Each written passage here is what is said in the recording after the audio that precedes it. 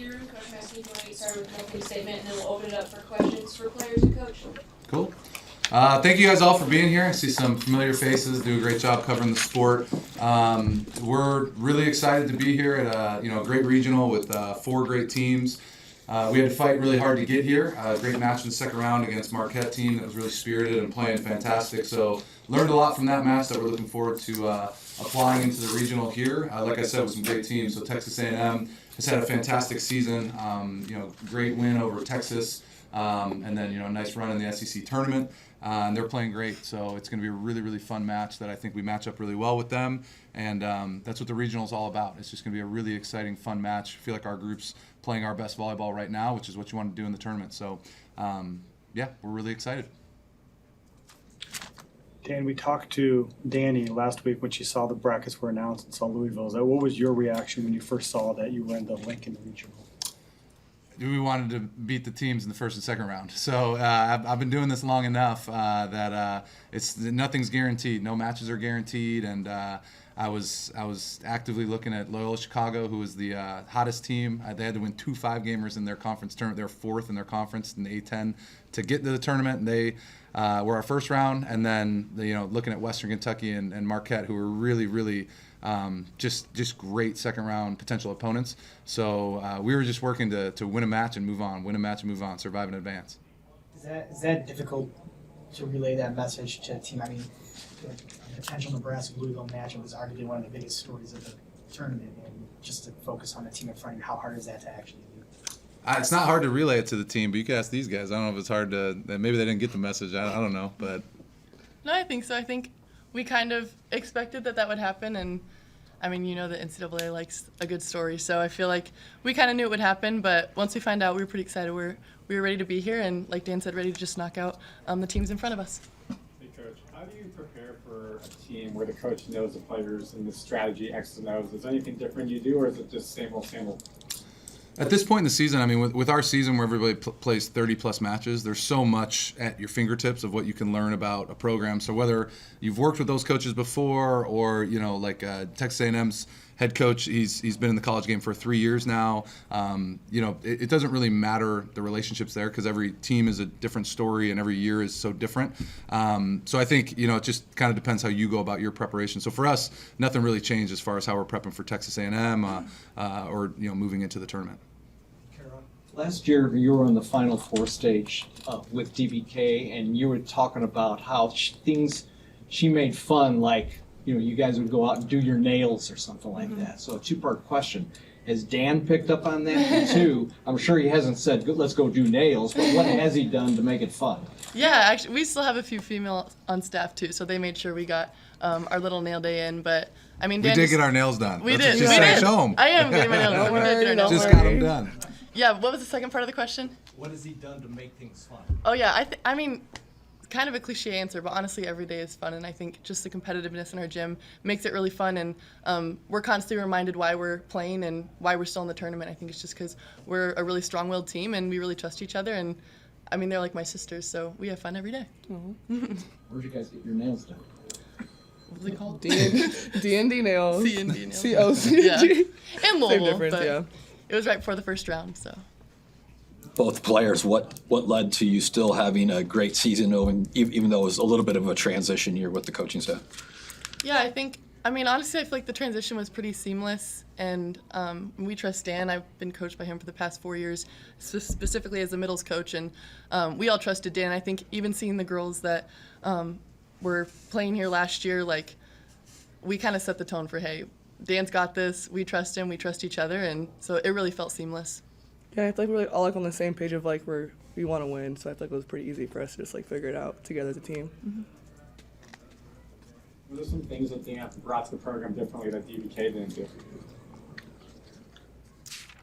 was a pretty good recipe before, so. Yeah. Yeah. Again, I think, him already being on staff and coaching with Danny for however many years helped a lot, and he ran the defense for again, however long. And so obviously he had to switch from defense to offense. I'm sure it was a bit of a transition for him, but it's worked really well. And I think Nay can speak on that, how much he's helped her. And we have Parker Mick, who stepped up and has been running the defense for us, and it's been great. What do you expect out of Texas A&M today? What do they do well? And what are you preparing for? Yeah, I mean, we know they're a great offensive team. They have some great offensive weapons. So I think we just got to lean into what we do best and what we're kind of known for, which is our defense. And I think we're preparing really well for that right now. Dan, you said you match up well against A&M. Would you say that against about any opponent, or what specific to Yes, I would. We got great players, so there's not a matchup that we're scared of or feel like, ooh, how would we have solutions for that?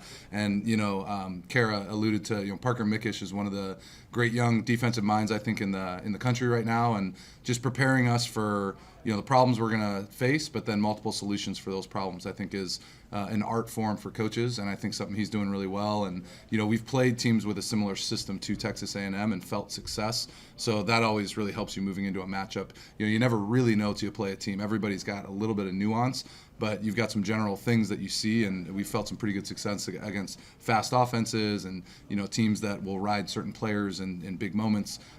We felt pretty good success about that in our conference. For either player, what's the biggest thing y'all have taken away from those first 2 rounds, especially that match against Marquette? I feel like that anyone can beat anyone at this point, so it's just seeing who can outlast the other one throughout the entire tournament, to be honest. For sure. And I think it comes down to the team who's going to show the most grit and who wants it more. And I think we just got to continue to show that.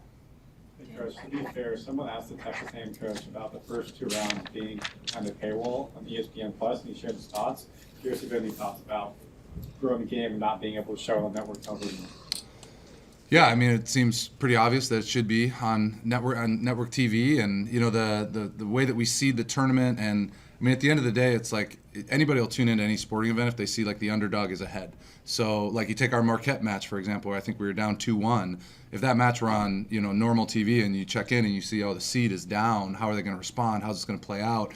It's just a great story to kind of follow. So I think our game, the parity within our game, has really helped the entire tournament to be really, really entertaining.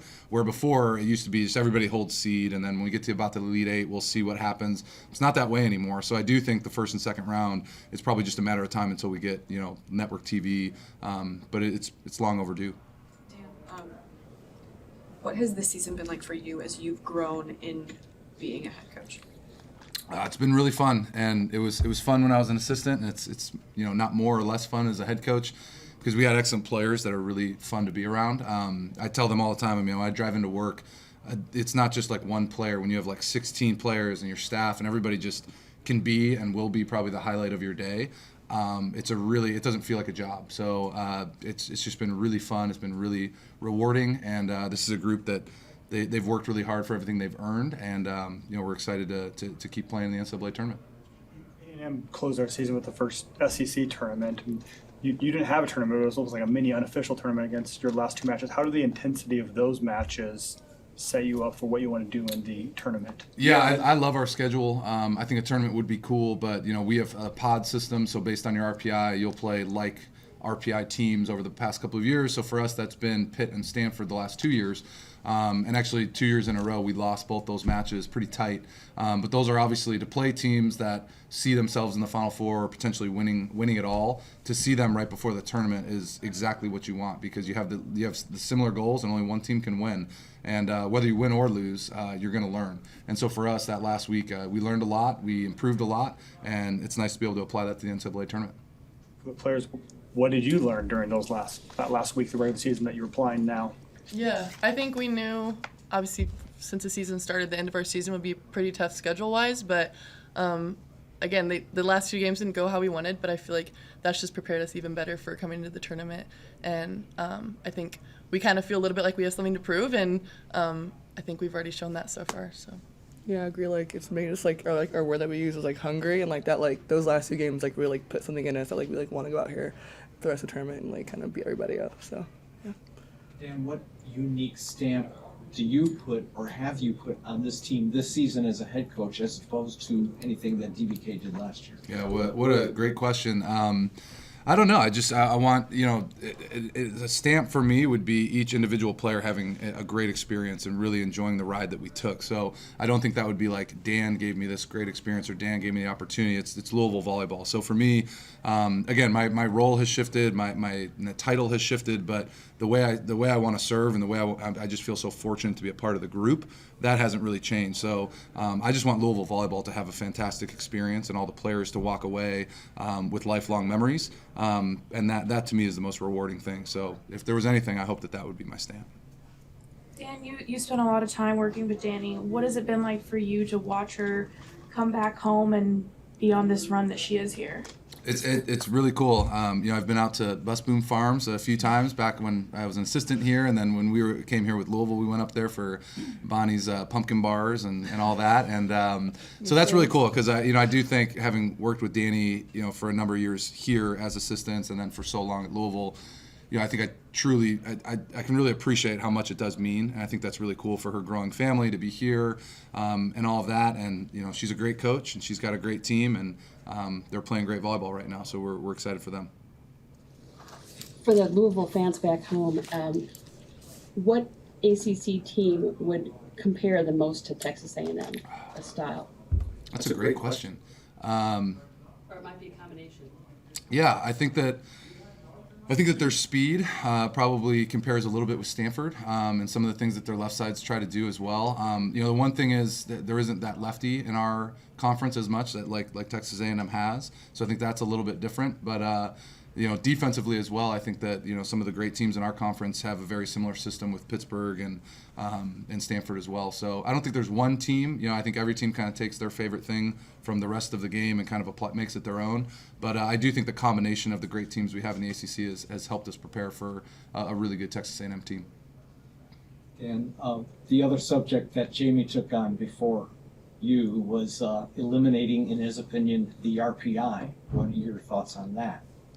RPI has been very, very good to us, so I don't know. We try to, we get 4 weeks to do our pre-conference schedule, and when I was a Division II coach, I got great advice from the head coach at Minnesota Duluth. I remember him telling me, schedule every match as hard as you possibly can with the anticipation that you can win every match. And you really do need to know your team, but I've always followed that, where you want to schedule as hard as you possibly can, but with the thought of we need to win all of these matches or have a shot to win all these matches. And then the RPI kind of takes care of itself, where if you kind of take the mindset of like, we only want to play the top teams, that's it. We want to look at the rankings, play 1 through 5. You got to look a little bit at matchups, who's returning, or if you take the other one and you just say, man, we just want to be able to kind of ease into the season and just play teams that have struggled the year prior. The RPI kind of dings you for that. So again, we've always just scheduled really tough, and then we've had the great fortune of the ACC is so strong that our RPI is kind of taking care of itself. So there's a few teams that kind of stick out that you go like, okay, I don't know if they really are there, but that's what makes it fun. That's what makes for a good story, and that's why we play the tournament, is then we get to find out. So one question for you. At the beginning of the season, we asked Stanford about traveling from West Coast to East Coast and what he learned in year 1 to year 2 dealing with the time zones. Obviously, it's probably not as egregious for Louisville going out the other way as many times a year. Anything that you guys learned from year 1 to year 2 about traveling and making sure you keep the time zones, the players at their top fitness? It's a great question. We did a big West Coast swing this year and played Cal and Stanford, and we went out the day before, where some of the research says you should go out 2 days before and have that extra day to reset. And that first match we played against Cal was one of the best matches we played all year. So what we learned is we want to just continue to practice the way we practice. We've gone hard all year. I have a lot of admiration for our players. We have not taken any days off. When we train, we go hard. And so for us with travel, we've always just tried to mimic that with our travel. We just had a great 90-minute practice here where we went as hard as we've gone all year. And so for us with travel, time zones, all of that, we just want to play as hard as we possibly can. Any opportunity we get to play the game, regardless if it's East Coast, West Coast, on the moon, we don't care. Thanks for the coverage, everybody. Appreciate y'all.